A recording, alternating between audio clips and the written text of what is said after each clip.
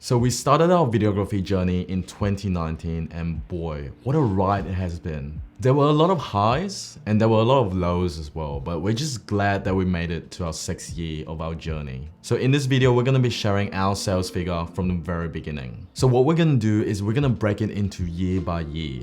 We'll tell you exactly what we did that year and how we were feeling at that time. Please keep in mind that the revenue figure we're about to show you is shared between two people, me and my business partner, Jono.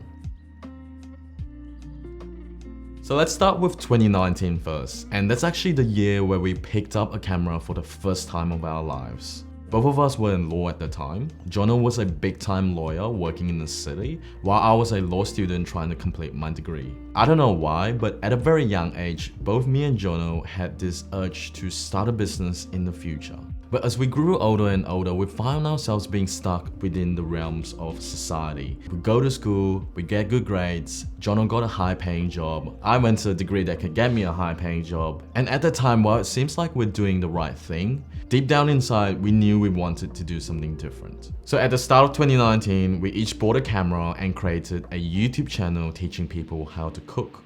We did a lot of crazy stuff, but it was because of this YouTube channel that we learned the basics of camera, filming, and storytelling. But what really changed the game for us was when I started interning for a social media creative agency in mid-2019. And it was through this internship where I experienced my first ever professional shoot. I remember the client was a high-end Japanese restaurant, and I was just in the background just observing everything that's going on. That night, I remember getting home and calling Jono. I was like, hey, I think this is something that we can be doing ourselves. So in the next few months, we actually went on Instagram and started DMing restaurants in our local area. So in our DMs, we would say, hey, we're looking to build our portfolio at the moment. Can we offer you a free shoot so that you can have some content for your social media?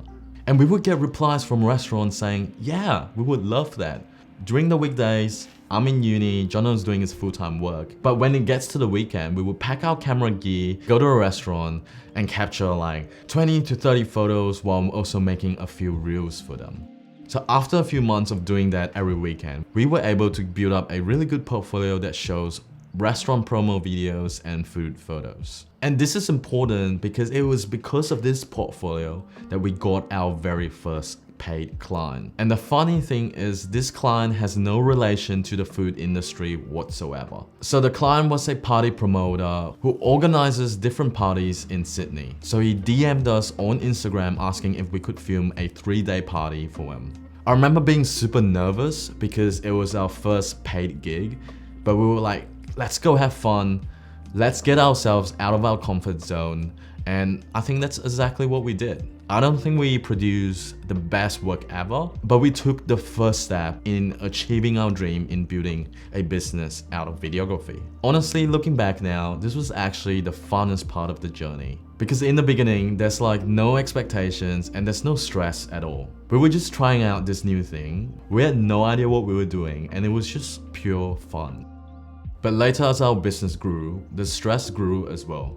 So if you're in this beginning part, try and cherish it because it can just go by so fast. We also learned that we don't always have to be ready to start things. Because we were beginners, there were naturally a lot of fear and doubts that were holding us back from doing our first professional shoot or replying to an inquiry. But each time we chose to take the difficult path. We chose to get out of our comfort zone and start even though we feel like we're not ready. So in the year of 2019, where this all started, we made a total of $1,500. In 2020, things really ramped up and we made a total of $59,177 in revenue. That's a really big jump from the previous year, and what we really felt during this period is that this isn't just a hobby anymore. It was becoming a thing of its own. So in the beginning of 2020, we started working as contractors for this social media agency that produces content in different industries. I remember every week we would have 3 to 10 shoots with them and we would earn around $200 for every shoot. Even though $200 isn't a lot, we gained a lot from this. We were able to experience a lot of different industry and improve our videography skills really fast. Besides social media shoots, we actually started doing real estate shoots as well. How we broke into this industry was somewhat similar to what we did to break into the restaurant industry. We would compile the contact details of all the agents in our area, and we would start texting them, hey, I'm a beginner videographer trying to build a real estate portfolio. Would you mind if I provide some value up front and do a free real estate listing video for you? And to our surprise, out of 50 texts that we sent, 3 of them actually said yes. We did the free shoot with them, they were impressed with our work and decided to hire us as their videographer. And that's how we broke into the real estate industry. And I would have to say one of the best things about this time period was making that extra money. Jono was already making a good salary working as a lawyer, and having this extra money meant that he was able to hit his savings goals faster. But it didn't come easy to him. During the day, he was working as a lawyer, and then after dinner, he was spending 2 to 3 hours each night editing. And for me, I was juggling going to class, doing uni assignments, and going to shoots at the same time. So we were actually putting in a lot of time and effort to make this extra amount of money and making this business real. Before we get to chapter 3, I want to let you in on a little secret. You know how we got our videography business to 6 figures? Well, our journey wasn't easy, and often we find ourselves clueless to what we should do next. And you're probably feeling the same way as well. You're passionate about making videos, but sometimes you have no idea what to do to get yourself to the next level.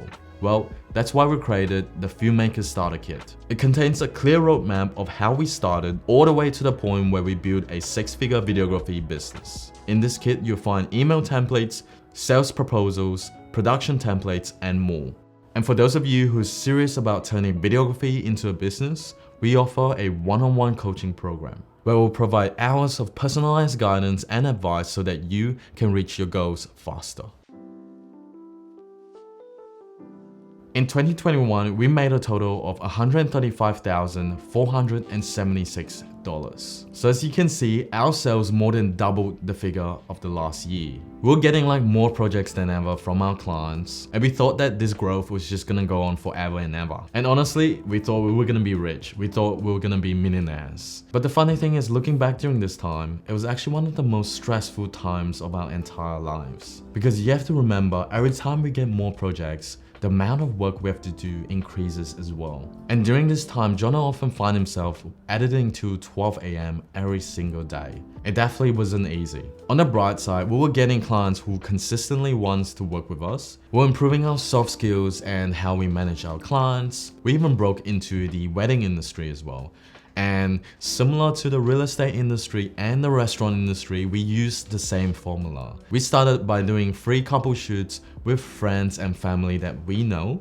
We would post the photos and reels that we made on a separate Instagram page geared towards weddings. And slowly, we started getting couples inquiring with us, asking if we could film their wedding. Another key thing that we really focused on during this time period was improving our cinematography. We worked on a few passion projects, and we started learning how to do proper pre-production, how to do proper lighting, how to set up properly for a shot. And that really improved the quality of our videos in general. And because we did that, we were actually able to transition from charging a few $100s per project to a few thousand. So this was the year where we actually were able to broke through the price ceiling and were able to charge a lot more than we did in the previous year.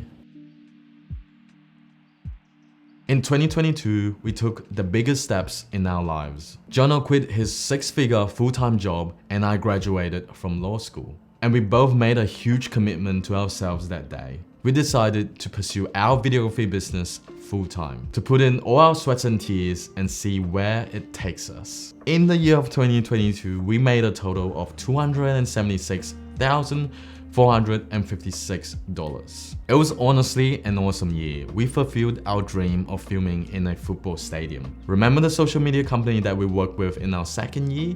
Well, they offered us to shoot this big project with Sydney FC on their home grounds. We were pretty excited because we were able to meet some of the football stars from the A-League, and it was honestly just a great live experience. But getting back to how we were able to increase our revenue, well, in 2022, we really increased our marketing efforts. We realized that the amount of marketing that we do each month directly correlates with the amount of revenue that we'll earn in the next month. So what did we do in terms of marketing? Well, we did a lot of networking. We joined a local networking organization where we get to meet and interact with other business owners every week. We also started posting more content and more consistently on social media, especially on our wedding side, and that really increased our sales by a lot. And again, because we're constantly improving our cinematography, we're able to increase our prices again and again. And I remember during December, closing a sale with a construction client for $13,500. That's the most we ever charged for a single project. So the work we put in really showed us the power of marketing. It doesn't matter how good you are. If you don't do any marketing, you're not gonna get work. Besides marketing, we also learned how to secure bigger projects.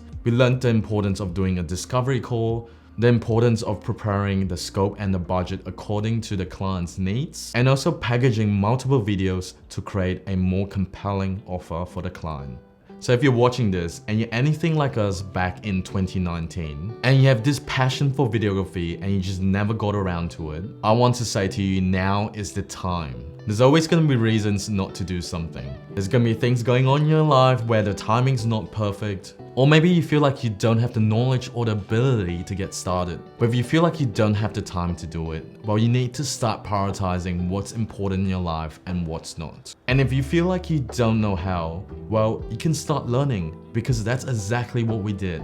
We didn't go to film school. We learned everything off real life experience and YouTube. We had no idea how to use a camera before any of this. But you're never gonna learn if you never try.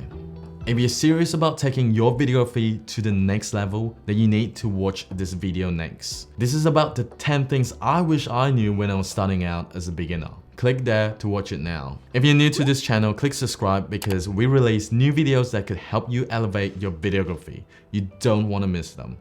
Anyways, I'll see you next time. Stay focused.